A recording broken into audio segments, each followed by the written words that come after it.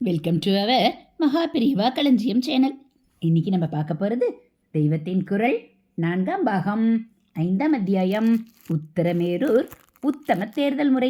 அதில் சர்வஜன அசுத்திக்கு ஹேது. இது அதாவது தேர்ந்தெடுக்கப்பட வேண்டிய அபேஷகரின் அர்த்த சுத்தி பற்றிய விஷயம் ஒரு பக்கம் இருக்கட்டும்.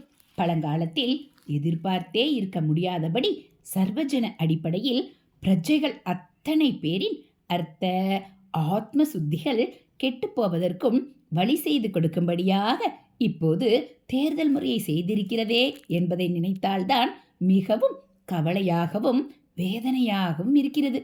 வயசு வந்தவர்களுக்கெல்லாம் ஓட்டுரிமை என்று பண்ணி இருப்பதில் இதுவரை சுத்தியோடு இருந்து வரும் எத்தனையோ கோடி ஜனங்களை அர்த்தத்தினால் பணத்தினால் அசுத்தி செய்து அதனால் அவர்களுடைய ஆத்மாவையும் அசுத்தமாக்கிவிடப் போகிறார்களே என்று பயமாயிருக்கிறது.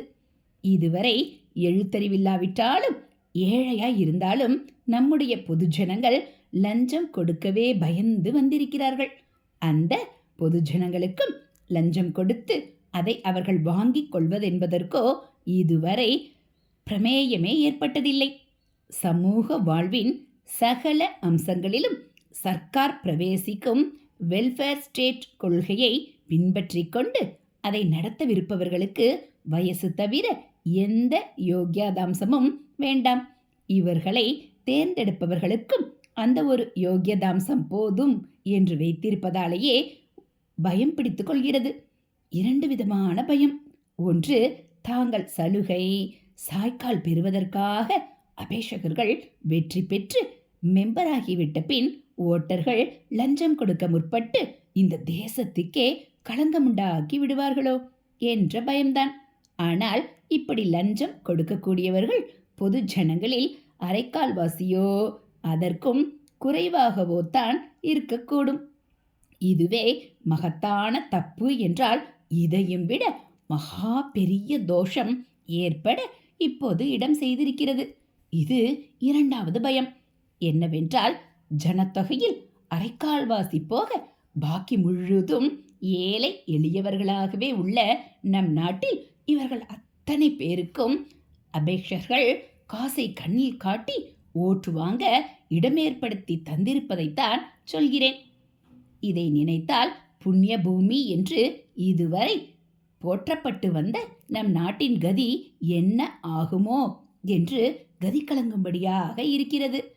அடல் பிரான்சிஸ் என்று கொண்டு வந்திருப்பதன் விளைவாக பணத்தை காட்டி நம்முடைய ஏழை பொது ஜனங்களை லஞ்சம் வாங்கும்படி பண்ணுவதில் கட்சியோடு கட்சி போட்டி போட போகிறதே என்று நிரம்பவும் விசாரமாக இருக்கிறது.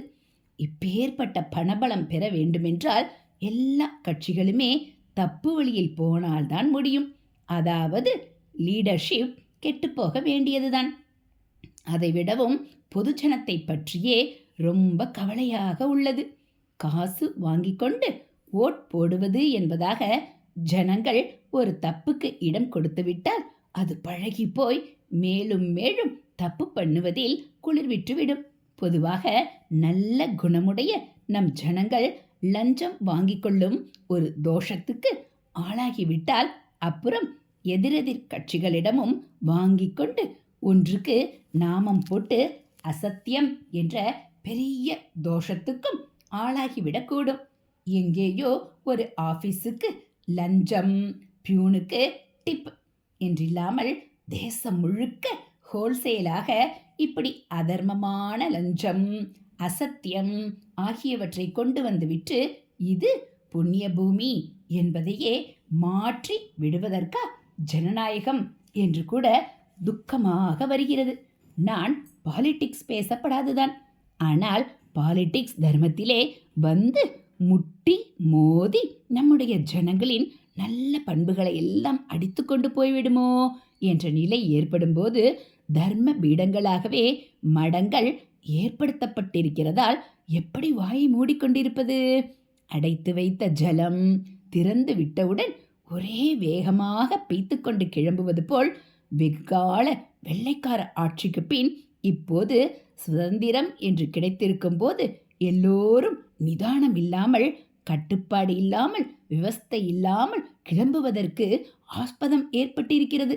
இம்மாதிரி சமயத்தில் அபேஷகருக்கும் யோகியதாம்சம் வேண்டாம், ஓட்டு போடுகிறவனுக்கும் வேண்டாம் என்று பண்ணினால் நாம் மனசால் கற்பனை கூட செய்து பார்க்க முடியாதபடி கட்சி பிரதிகட்சிகளும் லஞ்சமும் துவேஷமும் மோசமும் பொய்யுந்தான் எலெக்ஷன் என்றே எனக்கு தோன்றுகிறது. உலகத்திலேயே பெரிய ஜனநாயகம் என்று பெருமை காட்டுவதற்காக தர்மத்திலே சிறுமை அடைந்து விட்டால் அப்புறம் நம்முடைய ஜனநாயக ஜாஸ்வல்ய வேஷம் பிராணன் போன உடம்புக்கு அலங்காரம் செய்கிற மாதிரிதான். சொத்து, படிப்பு முதலான யோகியதாம்சங்கள் இல்லாவிட்டாலும் கூட இவற்றுக்கு மேலான ஆத்ம சுத்தி உள்ள நம் ஜனங்கள் இப்போது செய்யும் ஏற்பாட்டின் கீழ் அபேஷகர்களாகவும் ஓட்டர்களாகவும் ஆகிறபோது அசுத்தமான அர்த்தத்தால் கெட்டுப்போய் தங்களுடைய ஆத்ம சுத்தத்தை இழக்கும்படி ஆகுமோ என்பதுதான் என்னுடைய பெரிய கவலை. சர்வ ஜனங்களின் அர்த்த அசுத்திக்கும் ஆத்ம அசுத்திக்குமா ஒரு ஜனநாயகம்? சோழ சாசனத்தின் 5வது கிளாஸில் சொல்லும் அர்த்த ஆத்ம சுத்தியானது நாட்டு நிர்வாகத்தில் நாம் கவலைப்படும்படியான பெரிய மாசு பொல்யூஷன் ஏற்படாமல் காப்பாற்றி கொடுக்கிறது. பண விஷயத்தில் முறைமீறி பண்ணவே மாட்டான் என்பதாக அர்த்த சுத்தத்தை பற்றி நிச்சயமாக ஊராரால் மதிக்கப்படுபவனைத்தான் அபேட்சகனாக ஒப்புக்கொள்வார்கள். ஒருத்தனை பற்றி ஏதாவது கொஞ்சம் சந்தேகம், கொஞ்சம் கசமுச பேச்சு இருந்தால் அப்படிப்பட்டவன் தேர்தல் அபேட்சையை பெறவே முடியாது.